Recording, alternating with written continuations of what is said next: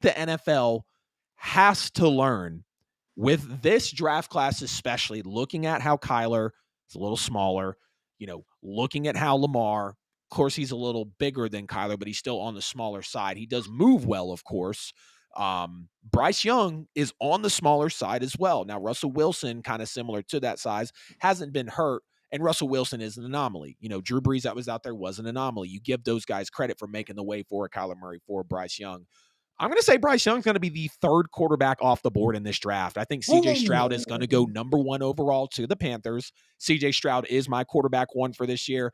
He's an absolute monster. He is really everything that Bryce Young is, but he's bigger. He's elite with the accuracy. He knows how to go through his reads. I wouldn't say he's better than that at Bryce. I do give Bryce that edge, not a major edge, but I do give Bryce that edge because we've seen it with his Ohio State quarterbacks kind of locking in on one target. That's what everyone was going, bat crazy about with Justin Fields is, he's just staring down one target at Ohio State. And you also look at CJ Stroud. Some people are going to want to pull back. Ohio State quarterback. Let's not forget he threw to Chris Olave and Garrett Wilson, who were first-round picks last year in the draft. He's also throwing to JSN, who is the best receiver in the draft, and Marvin Harrison Jr., who you can argue is better than any of the 3 I just named. And Marvin Harrison's going to come out of the draft next year with whatever Ohio State quarterback is throwing to him. But I say all that to say CJ Stroud will be the first quarterback off the board. I'm not a fan of this, but I see it happening, Justin. We see quarterbacks, someone's going to make a haul, someone's going to trade up, or whatever the case is. I believe Anthony Richardson is going to be the second quarterback off the board because of how overhyped he is due to his size. And I'm not a fan of AR going that high.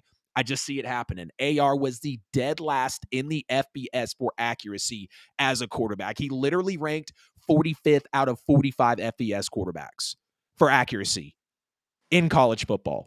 But hey, we love the size. Or excuse me, they love the size. They love the speed. They love the upside. People are saying, one play, he looks like he's great and elite. And the next play, you're wondering, why is he even throwing the football as a quarterback? And for me, that's not enough to warrant him as the second quarterback off the board. But again, I said it, the Raiders might be that team.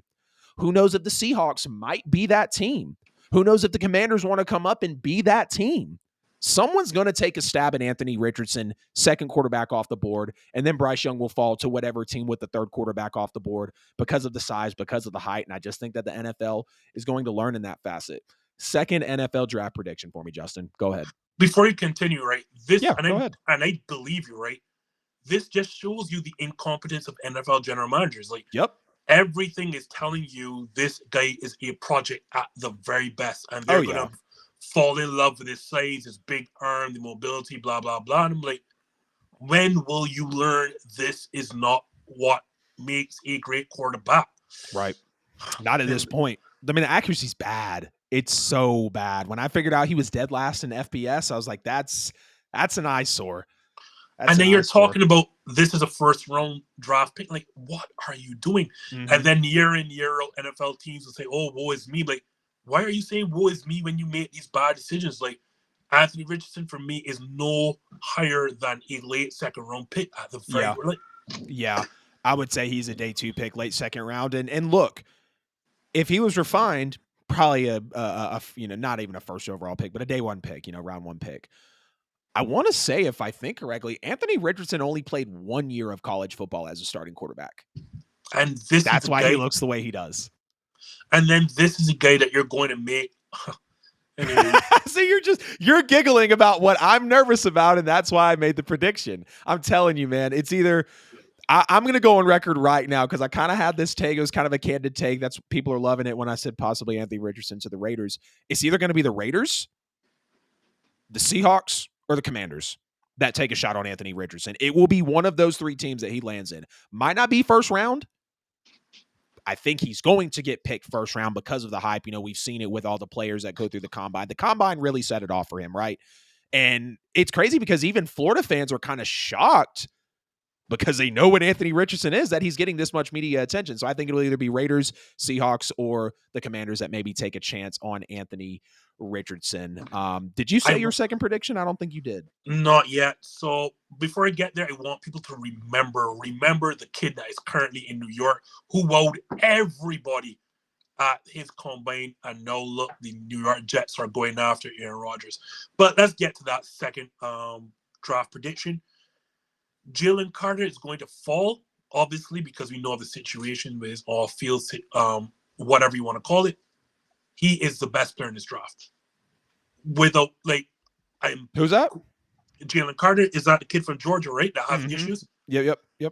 He is going to fall out of the top 3, top 4 picks. It is going to be a mistake because, like I said this, and I wish that you were on my show when I did say this. I remember telling Neil that Micah Parsons is going to be the best player in his draft, and well, so said, so done. This kid is going to be the best player in this draft, and I have a sneaky feeling player in the draft. He is going to be the best player in this draft by a mile, and I have a sneaky feeling that Seattle, who are so accustomed to dealing with these kind of personality question marks, are going to be the ones to benefit and get him at number 5. Yeah.